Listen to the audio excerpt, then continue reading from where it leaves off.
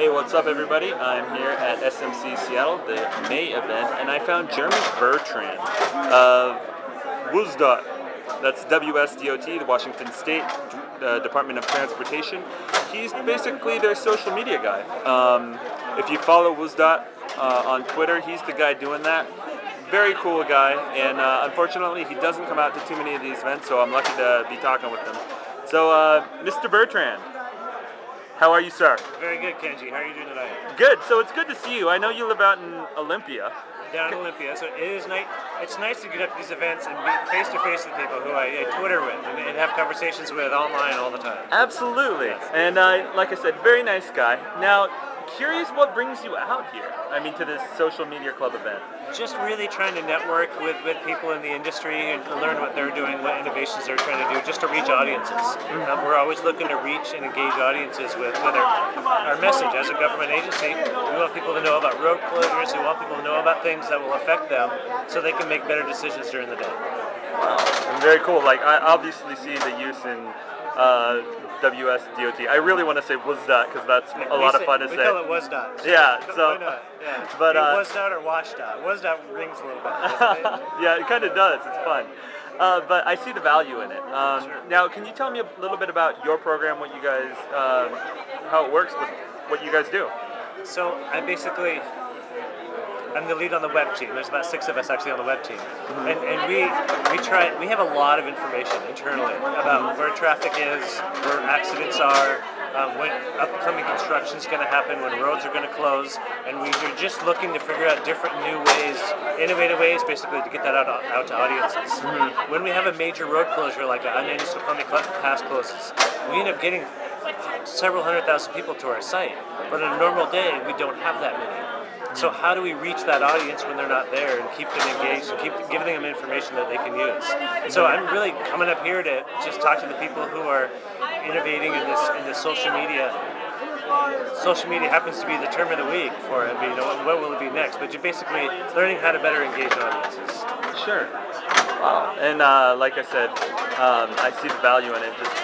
I follow you, and I find that knowing when a road is closed, I mean, in Seattle is greatly valuable just because the traffic here is tremendous, and you add one little problem to it and I could be stuck in traffic for hours. So I appreciate what you do.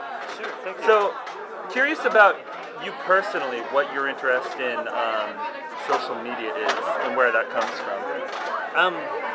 I kind of stumbled into the web. I actually graduated from Evergreen State College with a liberal arts degree, kind of art and architecture, so kind of studying a little bit of information architecture and Western European architecture, honestly. Went to Europe for a little bit. But really kind of just stumbled into the web and just kind of promoted from there. But really, it's really amazing to me that we could sit at a computer and just talk to so many different people from wherever. You know, exactly. It's really it's quite fascinating. I really just enjoy the communication and the interactions online. I agree. Before tonight, I actually hadn't met you in real life, IRL, as people say. But I met you tonight. But these conversations that we were having online translated perfectly. And right. Which is really interesting because in many ways I feel like I know you. Yeah. You know, and those are genuine. Or not I know you face to face. Right. Absolutely. So no, totally agree with you there. So now, what was your social media wow moment? I mean, I think we all have that moment where we all say, oh, this is what social media can do. Wow, this is what Twitter can do. Really, the wow moment for us was, we had a really rough winter, but kind of before that, I think it was in October-ish, when we had, it was a snowstorm on a Sunday evening. There was snow all up and down the Puget Sound area, and I was sitting at home monitoring the website, making sure everything was running okay. And somebody was talking about using hashtags. Like, oh, hashtags, what is this? This is really fascinating. And using the SEATST, I believe it was, Seattle Twitter Storm Team. I know Brian Westbrook, who's here, was kind of involved with that. And asking, just sending out, hey, I got a couple inches of snow here in Olympia. What does everybody else have? and I must have got 30 to 40 responses.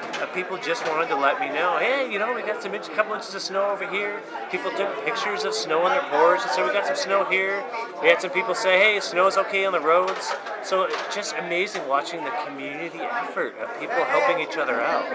Wow. And letting me know what the conditions were like out there without even having to leave my house. It was really amazing. Man, that's awesome. Not that I want to work at home too much, but it was absolutely amazing to see the community effort that was provided via Twitter. It was great. That was really the wow moment. Says, wow, this could be an amazing tool, and it turned out to be. We had a rough winter. I mean, at a certain point, you couldn't get from Seattle to Portland. That's right. You couldn't go east, west, or north, south. Everything was blocked off, and it was been really amazing using these social media tools to engage the audience and let them know what was happening. Wow, very cool. Yeah, you guys are doing an amazing job with using social media. I know a lot of people can learn from you guys. Now, let's move away a little bit from social media and get to know Jeremy Bertrand.